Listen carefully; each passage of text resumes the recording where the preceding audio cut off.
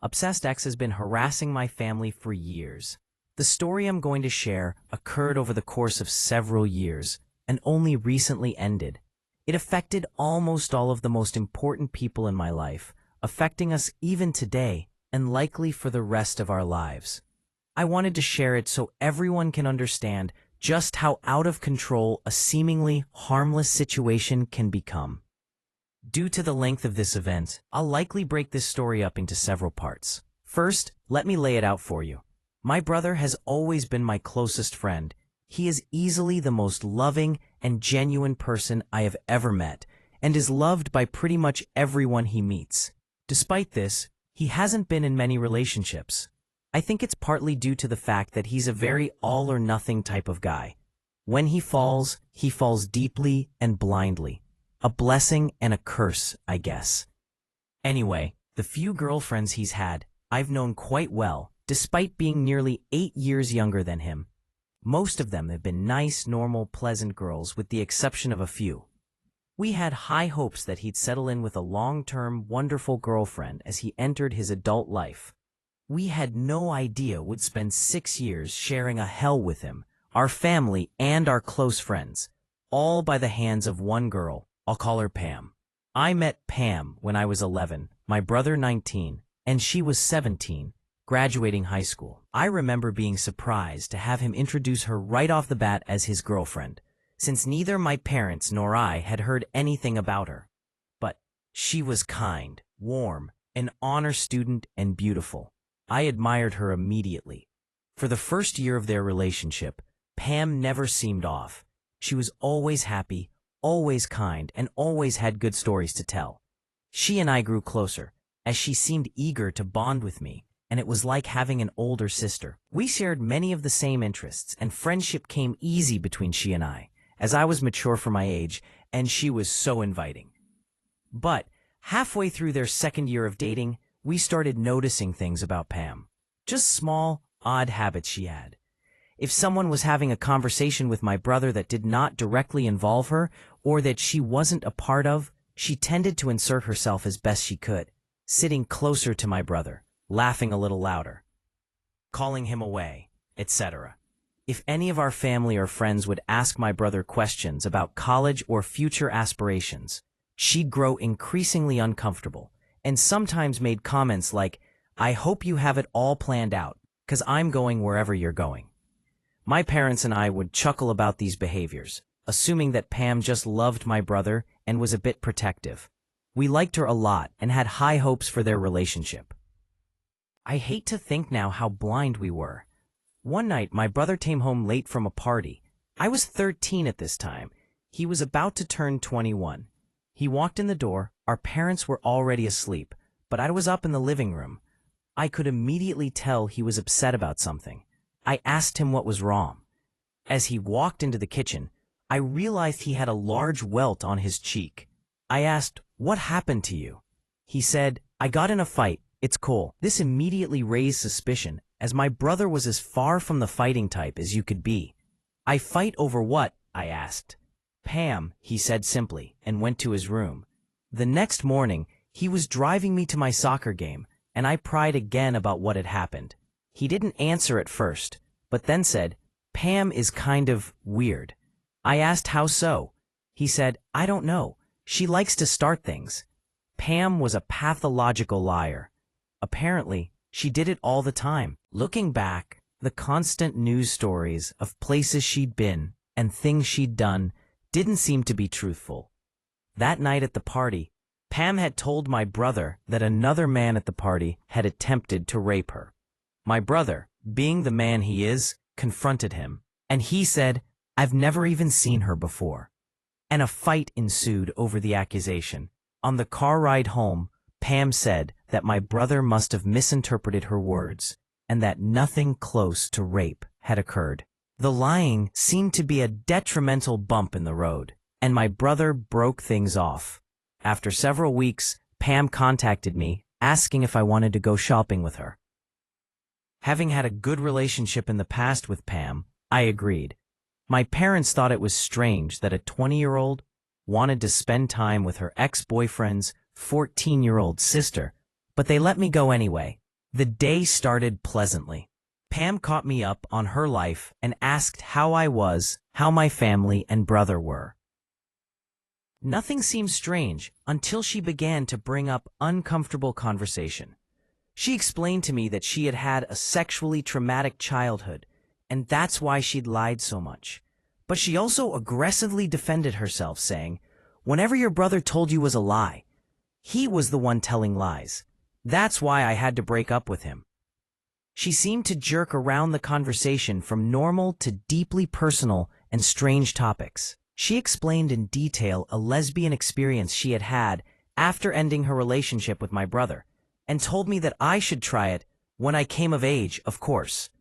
I became increasingly uncomfortable with the conversation. She noticed and immediately apologized, saying that she really liked being my friend and that she loved my brother, and that's why she was acting so crazy. I told her I liked being her friend too, and that I understood her feelings. This was a mistake. This is when the phone calls began. It started with just one. She called me a week after we had hung out at 10 p.m. She was sobbing and saying that she was so sad without my brother and that she needed to get him back. Then, they happened nightly, later and later each time. I'd be dead asleep at 2 a.m. and receive a sobbing, hysterical, and desperate phone call. I felt so much pity for her that I continued to answer. One call was different than the other, though. She wasn't hysterical. She wasn't crying. I picked up the phone at 1:30 in the morning and heard a level-voiced, monotone Pam. She said one sentence, "Tell your brother I'm going to slit my effing throat tonight." And then she hung up. I felt numb. I had never experienced that before. No one I knew had ever behaved that way. I texted her over and over again, asking if she was okay, and telling her to not do anything. I panicked. I thought I had done something wrong, and that since she told me I would be responsible in some way. The next day, I told my brother what had happened, and he said he'd go to her house to check on her. A week later, Pam arrived at my house, arm in arm with my brother. They had gotten back together and seemed as if nothing had happened. She smiled at me and never once mentioned the phone call she had made to me. The next month is when things escalated again. I came home from school to my entire family sitting in the living room. They told me to sit down. I thought someone had died. My mother told me, "Your brother let us know how you're feeling." I had no idea what they were talking about. "Feeling?" I asked. My brother looked at me with pity in his eyes. "Pam told me that she wasn't the one who called you. You called her, and you're the one who wasn't feeling well." "What the fuck? No, that's not what happened. She called me every night for 2 weeks, crying and saying she wanted you back. That's not what she said. She said that you called her with your problems and that she wasn't sure what to do." I was immediately angry that her lies were continuing and that my own family believed them enough to stage an intervention. I showed them the text messages she'd sent me, played them voice messages, and showed my call history. That put an end to that lie. After that, I wanted nothing to do with her. My brother broke up with her again. She called him hundreds of times and sent hundreds of messages. She showed up at our house a few times with baked goods, wanting to apologize, but we ignored her. Eventually, she left us alone, and we didn't hear from her for almost a year. On my last day of class before winter break during my sophomore year, I walked out of school and was met by an incredibly unwelcome surprise. This is where things got scary. Pam was pacing in the front of the school, biting her fingernails and scratching her head. Her face looked sunken in and she had bags under her eyes. I almost didn't recognize her. I began to cut across the front lawn with my friend Liz to avoid her, but she saw me and walked as fast as she could in my direction. She outreached her arms for a hug, but I stopped. The first thing she said was, "You're mad at me?" I asked her what she was doing there and she laughed quietly. "I wanted to apologize for whatever your brother told you. I'm sick, Oz." She used a nickname only my brother called me. "I know. Please don't talk to me anymore." I started away, knowing my brother was parked waiting for me around the corner. Pam reached out and grabbed my shoulder as I did. I quickly pulled away and said, "I'm serious. Leave us alone. I think you need some help, Pam." She immediately began to cry, but I turned away and left. My brother pulled into the front parking lot of the school and opened his car door for me. "Is that effing Pam?" He looked through his front mirror. "Yeah, I don't know what she's on, but she's crazy."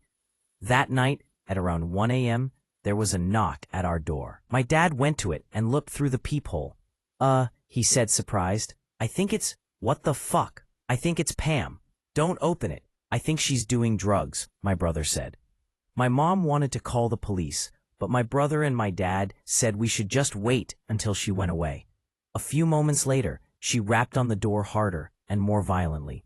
We heard her wailing and yelling, "I hear you. Effing let me in," as she cried. "She has a baseball bat or something," my brother said, coming from his room where he looked out the window. I looked from the den window. She looked like something out of a horror movie. She was wearing a grubby dress, barefooted. Her hair had been cut to above her shoulders and was in a wild, halfway in a bun, halfway out mess. She had wiped her makeup down her face like a ghoulish movie character. She looked even thinner than she did in daylight, and she swung a metal baseball bat around as she stumbled about our yard. "I'm calling the police. She must be drunk," my mother said. "No, it's fine. She's just giving a show. She'll leave." We didn't know people actually behave like this. It was all eerily entertaining for a moment, like watching a true crime show. But just as she had been manically stumbling around, she stopped. She stood still, staring vacantly up towards the upstairs bedrooms, tilting her head side to side, up and down, and licking her lips. "What is she on? Heroin or something?" my dad asked. Pam began to shift back and forth between laughing and yelling and crying. We all sat down as my brother tried her phone and her mom's phone to try and get her to leave. We sat there and listened to the frightening, animalistic sounds of her outside. But then they stopped. We checked the windows, and she was gone. We all sat in silence for a moment, taking in the strange encounter. My father just chuckled and shook his head. My mother shook hers, pitying the girl for being so disturbed. But I was frightened. No one, except perhaps my brother, had seen just how quickly her demeanor, her mental state, unraveled. From overprotective nature, to small lies, to pathological lies, to full-blown manic outbreaks. But this was her worst, and we didn't expect anything more to come of it. That she'd fade away from our lives, since now she knew we weren't giving in to her desperation. But in the next 2 years, we learned how wrong we were. I will deliver a part 2, possibly 3 of Pam, as the truly frightening aspects of my story happened in the last 2 years. Update 1. Obsessed X is harassing my family for years. Hello again. This is part 2 of an ordeal I've experienced at the hands of an emotionally unstable person. In the first part of my experience, I discussed the beginning of my family and my own relationship with my brother's girlfriends at the time, Pam. I explained that small warning signs of insecurity and reoccurring lies progressed into much more manic, violent, and aggressive outbursts. Part 2 covered the first 4 years of our 6-year ordeal. I was age 11 to 15 during the occurrences told in Part 1. Part 2 begins at the beginning of my junior year of high school. After the wintertime incident at our house, Pam stopped coming around. She was still very present, however. Every member of my family endured daily text messages and phone calls.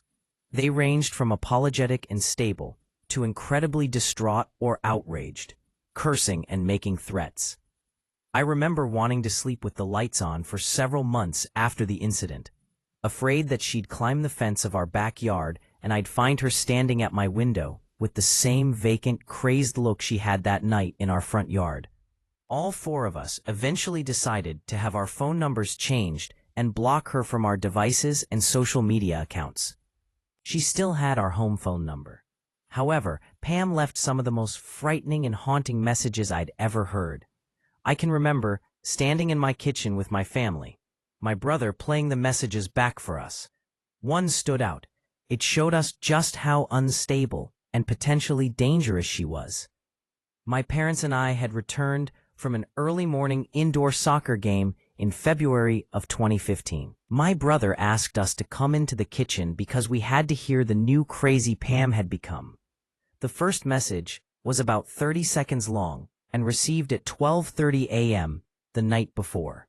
Pam sounded mildly angry and demanded that we return the batch of cookies she had brought to a 4th of July party some years ago, because she didn't want us to have them anymore.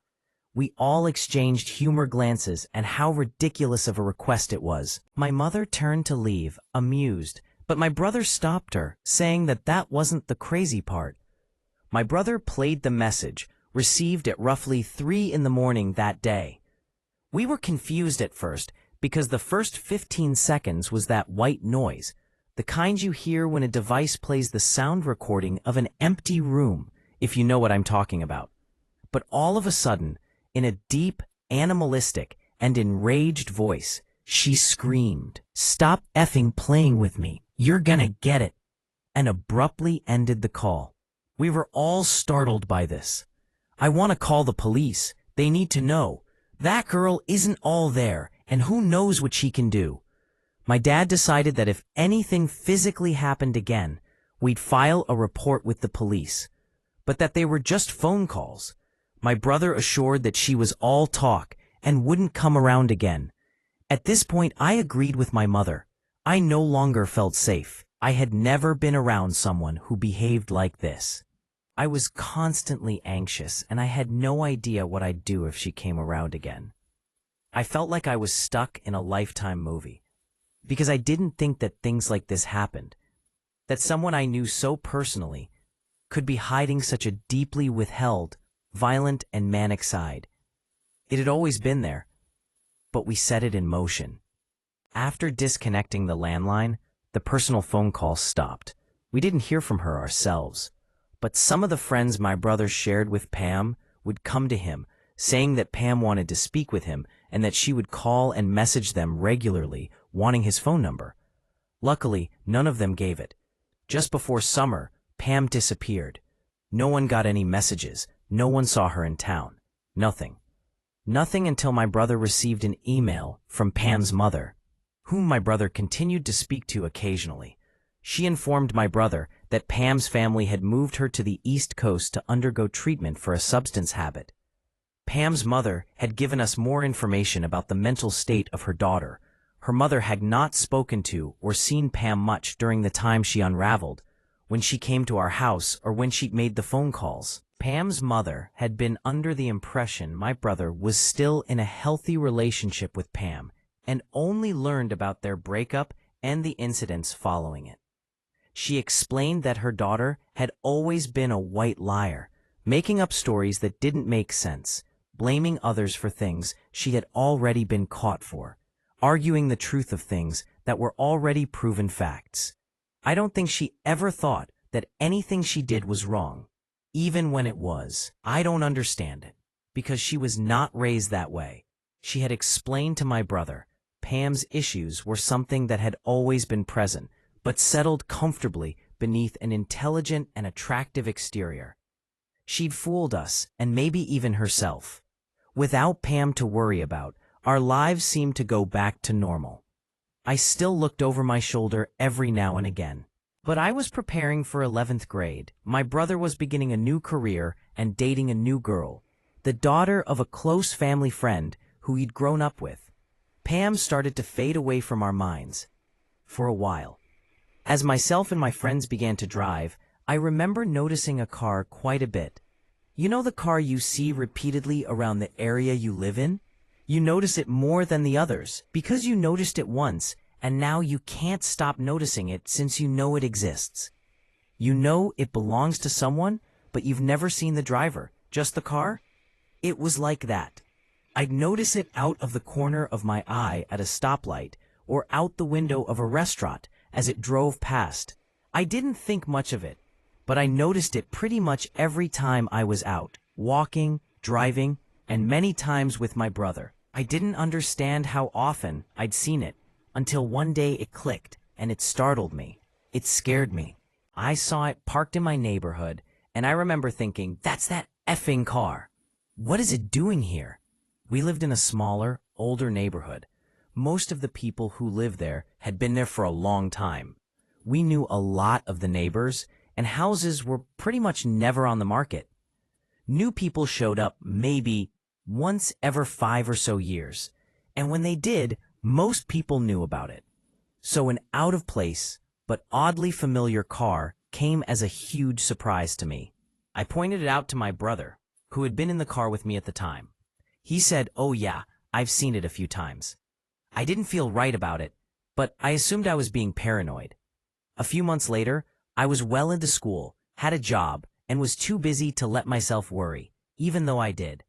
One day at work, I was wiping down tables in the front of the restaurant. As it was a pretty slow day, only a few people in the store. I remember seeing someone standing outside the front doors, just barely visible out the window. I was busy and assumed they were deciding where to have lunch, as another restaurant was directly next to ours, and people did this often. They weren't there anymore, and I assumed they'd gone next door. I went out to clear dishes off the front patio and clean up, and I saw them walking away from the store, down the strip of businesses in the plaza. Back inside as I worked, I noticed the same person walked back and forth several more times. I was wary at this point, as the person seemed to linger for about an hour. I didn't think anything of it afterwards, though. I was a theater student and had to take some time off for a play I was in. Come opening night, I was so burnt out, I didn't notice anything, even if it was out of the ordinary. My family came opening night, the fourth show, and closing night. Leaving with my family from the fourth show is when I snapped back into my anxiety-ridden reality. That car was in the parking lot. It was parked a few rows away from my parents' car. I had never seen it at my school before, and I knew it didn't belong to any of my classmates.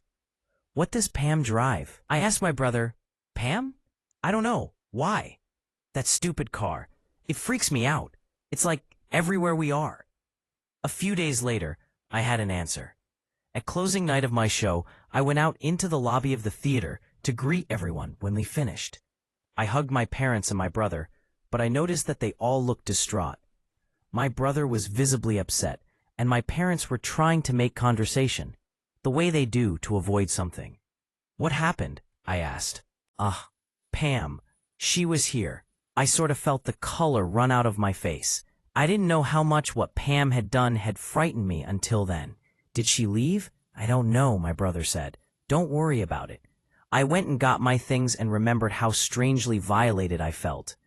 That Pam had watched me for the past 2 hours without me knowing she was in the same state, let alone the same building.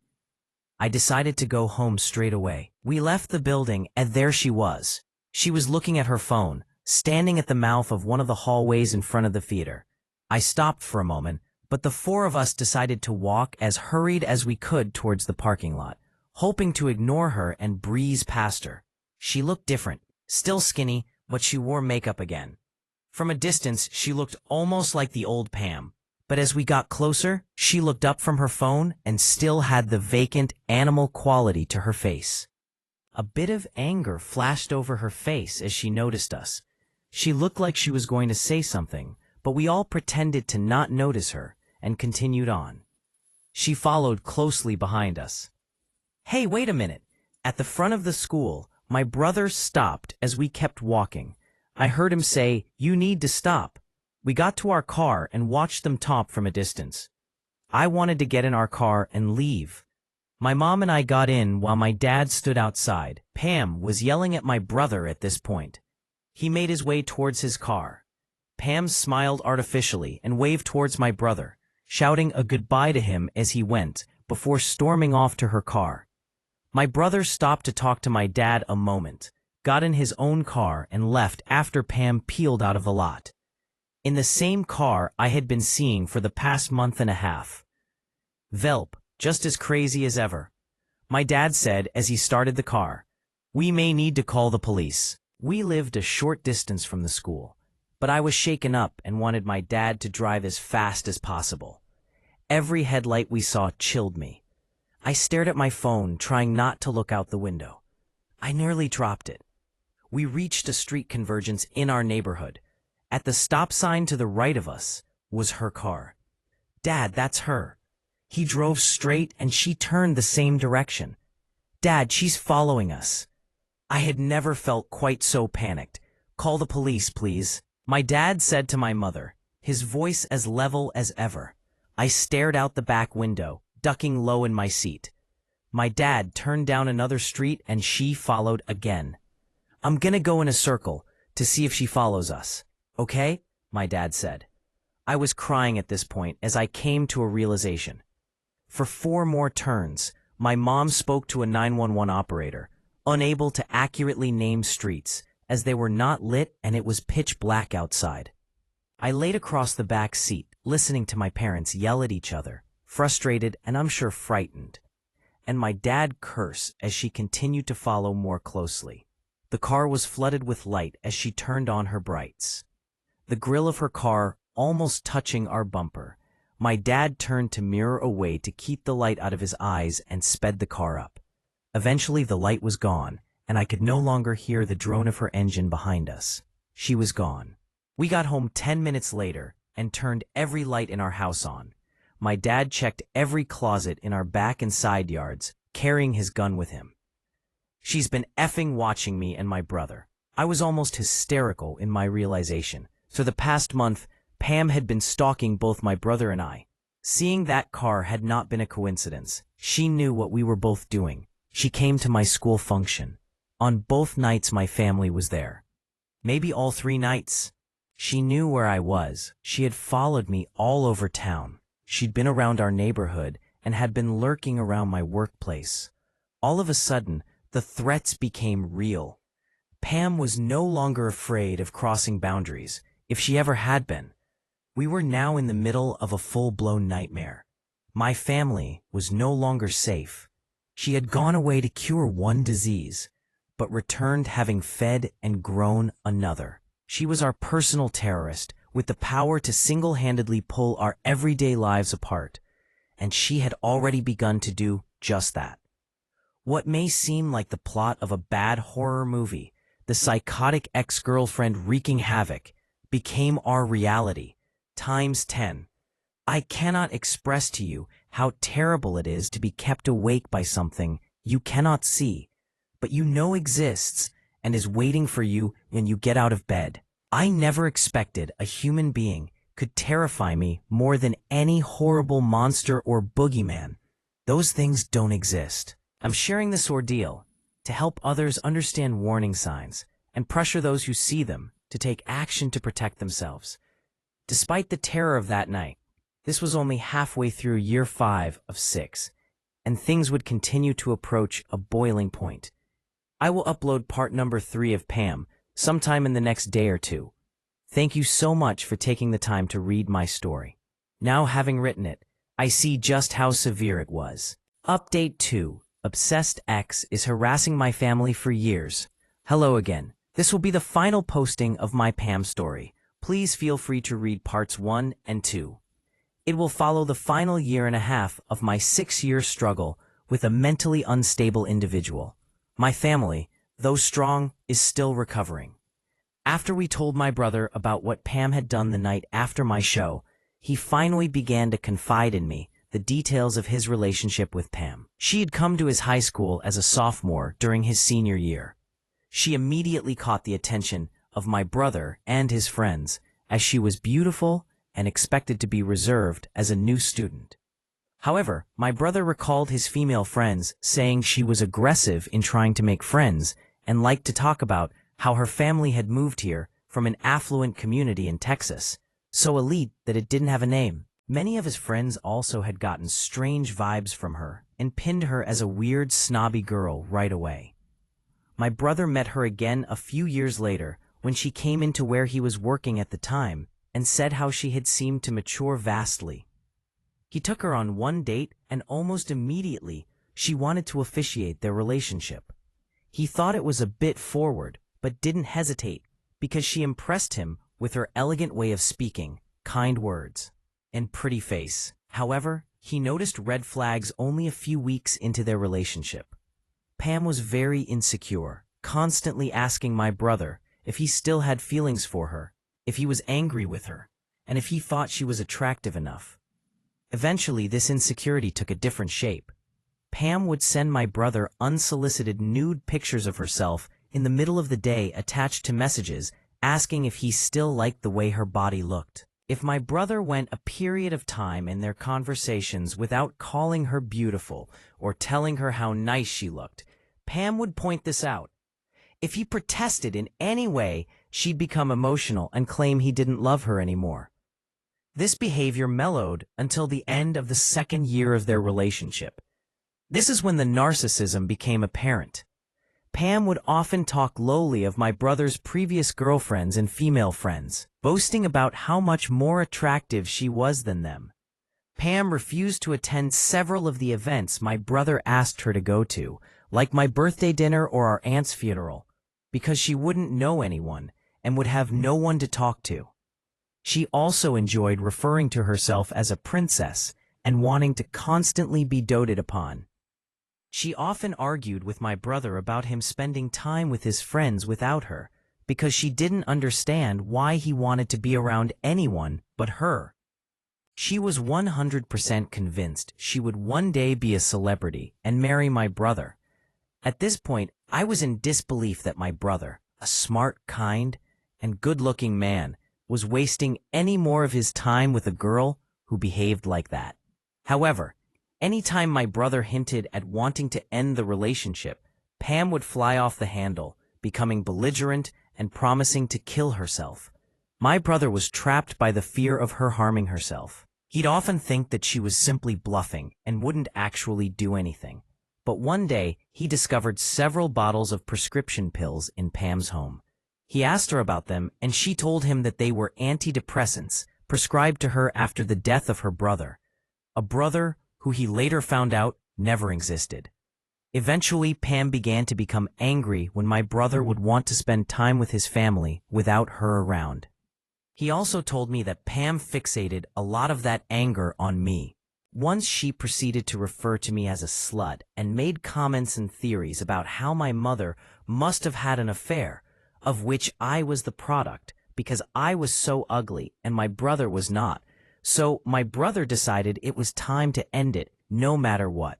This information troubled me, as all of her actions following that, asking me to spend time with her, wanting to be my friend, showing up at my school, and the phone calls seemed heinous, ill-intended, and even more psychotic than they had been at the time. But for the final year and a half of our ordeal with Pam, psychotic could not begin to explain what she did to us. I slept little in the weeks following the car incident. My brother, who lived across town, visited and called more regularly. I suspected he felt as uneasy as I did. The nights I did sleep, I often sweat through nightmares of girls with axes or downed women standing at the foot of my bed or in my window. One night in early December of 2015, it was a rainy and particularly windy night. I wanted to let the cold air in, and I thought that the sound of rain would help me sleep. So I cracked the window only enough to where it could reach the second latch. I also placed the piece of wood my father had cut to help with security behind the window. I pulled my curtain in front of the window, leaving the cracked part of the window uncovered to allow air to pass the heavy blackout curtain. I remember waking from sleep, vaguely hearing a foreign noise against the roof out my window. My room is on the second floor of our house. Our house had 3 levels, and the second story was only 6 or 7 steps up from the primary floor of our house. All of the spaces were different levels, but the bedrooms were the highest, slightly lower than they'd be in a classic 2-story home. What I'm getting at is that my room was hard to get to from the outside, but not if you were aware of the parts of our home and the access points from other roof levels over the living room and garage. I shook the noise off, as it was storming and I thought maybe some leaves or branches were moving around. I turned over to face the wall opposite my window. Not even a second later, my room was illuminated by a surge of white light. I shot up in bed.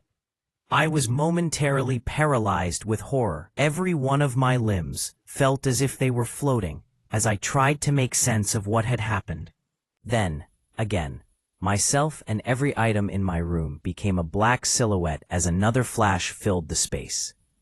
I threw the blankets off of me and ran as fast as I could down the hallway. I was screaming so loud I surprised myself. I ran into my dad as he threw open his bedroom door.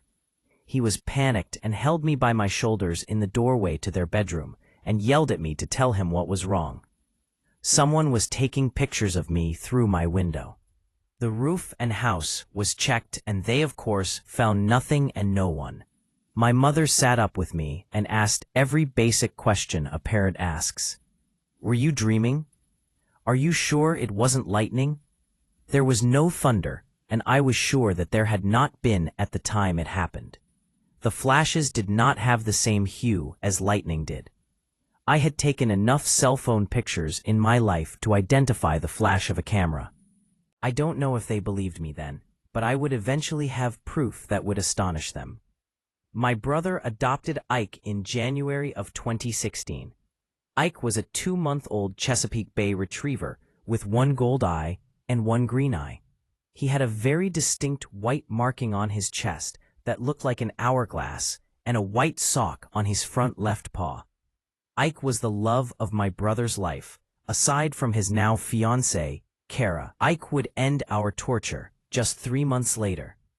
The holidays and my brother's engagement to Kara, who was amazing, beautiful, and whose family we had known all our lives, had lifted my family's spirits immensely. My brother was starting his family, almost done with the police academy, and seemed untouchable by any memory of Pam. We felt optimistic for the first time in a long time. Pam hadn't been around, to our knowing, in several weeks. All was normal, and things were looking up. But that, again, didn't last.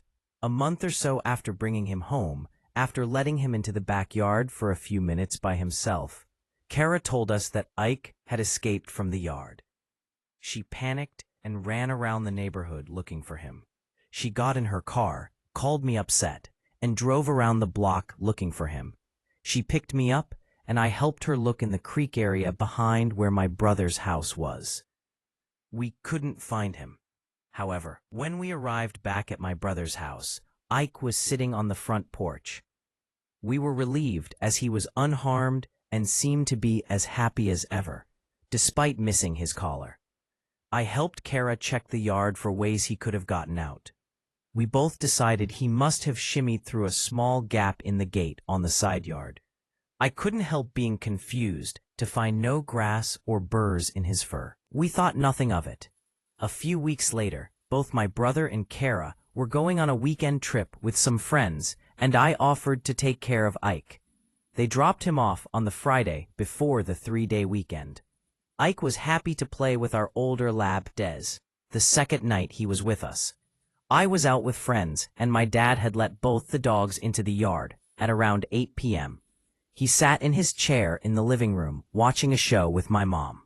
They say they remember hearing Des barking because he yelled for him to be quiet, but they assumed the puppy was riling him up. A few minutes later, Des came to the door to be let in. He ran inside and barked at my dad. My dad was confused, as our dog was not a regular barker. He called for Ike, but he didn't come. My dad went out and looked around in the bushes and still did not find him. He became concerned and hurried into the house to get a light. He checked the swimming pool and still did not find him. My mother joined him, and they both scoured the large yard but did not find him. When I got home, they had just finished searching the front and side yards. I told them that he had escaped once before, so we decided to take the car to look for him. As we drove around yelling for him, attracting the help of a few neighbors, I thought how strange it was that such a well-behaved puppy had suddenly become a master escape artist in the past 3 or so weeks. Our yard had seen 3 or so dogs grow up in it, some younger and smaller than Ike, and we had never had that problem. The fences were high and well built, and my dad had replaced the ones on the side of the house just a few summers ago. We hoped that he'd return that night, like he did last time, but he didn't. I informed my brother on Sunday and proceeded to look all day in surrounding areas. The pound, shelters, vet clinics, and even looked to the sides of roads for bodies. We found nothing. My brother was heartbroken. I helped him make flyers to post in our neighborhood and his. A couple of weeks passed and we heard nothing. My dad was doing yard work in mid-February. He came in after a few hours and he set something on the kitchen table. "What's that?" I knit my brow as I sighed. "It's Ike's collar. It was in the front yard. I almost hit it with the mower. You'll have to take it to your brother." It was Ike's collar. His first collar. Not the one he had been wearing the night he went missing from our yard. It was his puppy collar, which he had lost the day he got out of the yard at my brother's house. I called Kara and asked her if they had found it, and she said they hadn't, and had bought him a new one. That's when it clicked. Someone had stolen my brother's dog, not once, but twice. I told my brother, Kara, and my parents my theory, and it was not a difficult one for them to understand. It had to be connected to everything else. Right when we thought she was out of our lives, we decided to take it to the police to add to our case file on Pam. I also told them about the night I had been photographed from my window. The police, like many times before, told us they could not do anything as there was no proof she had done any of these things. Frustrated, defeated, and frightened again. But a few short weeks later, in April of 2016, new developments would finally end it all. By complete, God-sent coincidence. Kara was with her mother in a small town 45 minutes away from ours. We were planning for my 17th birthday that month, and so preoccupied we almost put Pam and the fact that she undoubtedly had been watching us for months and had stolen, probably killed, my brother's puppy and thrown his collar in our front yard to help us connect the dots and give her credit for the crime. However, while Kara window shopped in the center of the town, she and her mother noticed a car parked on the street. A car with a puppy in it. It was a bit warm out, so they walked to the window and peeked in at the animal. Kara immediately recognized him by his eyes and the marking on his chest, and the fact that he began crying as soon as she called his name and he saw her.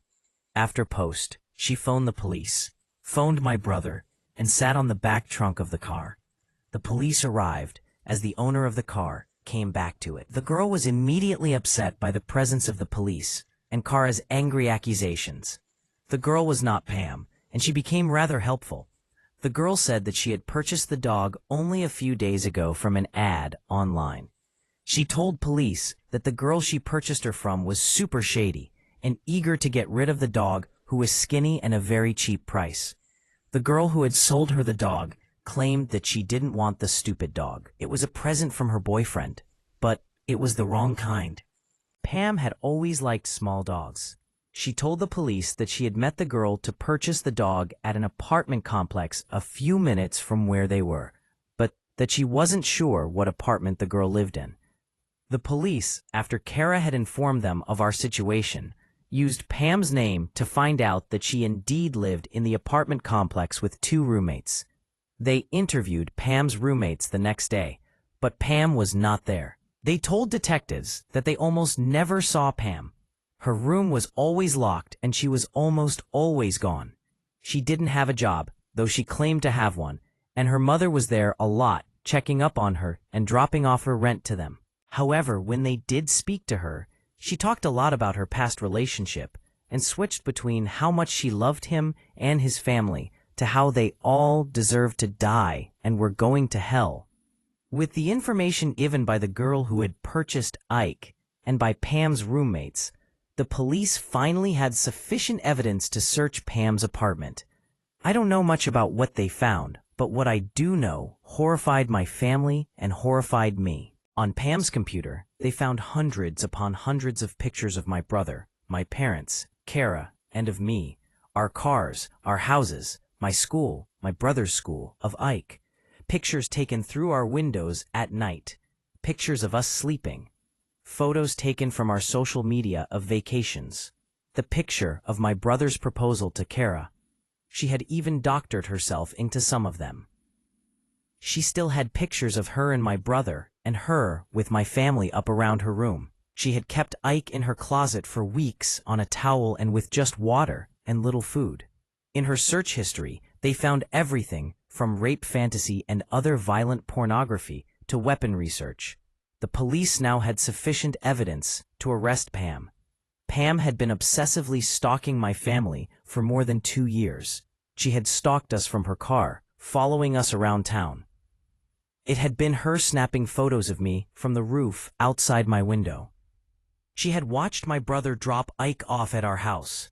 She had documented her opinions of us, our habits, and her plans in a journal, which we will not get to see until the case is taken to trial next month. My brother, myself, my father, the girl we found Ike with, Pam's roommates, several of my brother's friends, and Pam's mother will testify against her. It will be the first face-to-face interaction any of us will have had with her in many months, and I am terrified. And I'm angry. I'm angry that an evil, narcissistic, malevolent, psychotic parasite like her had latched onto my brother, onto my family, and single-handedly stripped us of our security, our sanity, and our trust. Every creak, every bump, every unknown face, and every vehicle following too closely will send me into a tailspin of dread, and I'll see her again, standing in my front yard, in her dress and looking up to the sky with a vacant, animalistic gaze.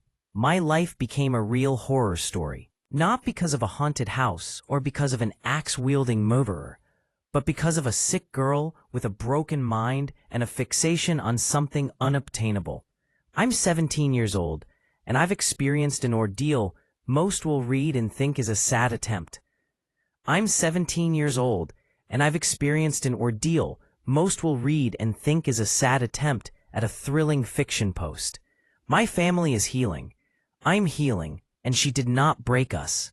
I hope that this story helps anyone who has gone through something similar feel not so alone. I hope that those of you who read this and think of someone who shows the same warning signs as Pam did are now prepared to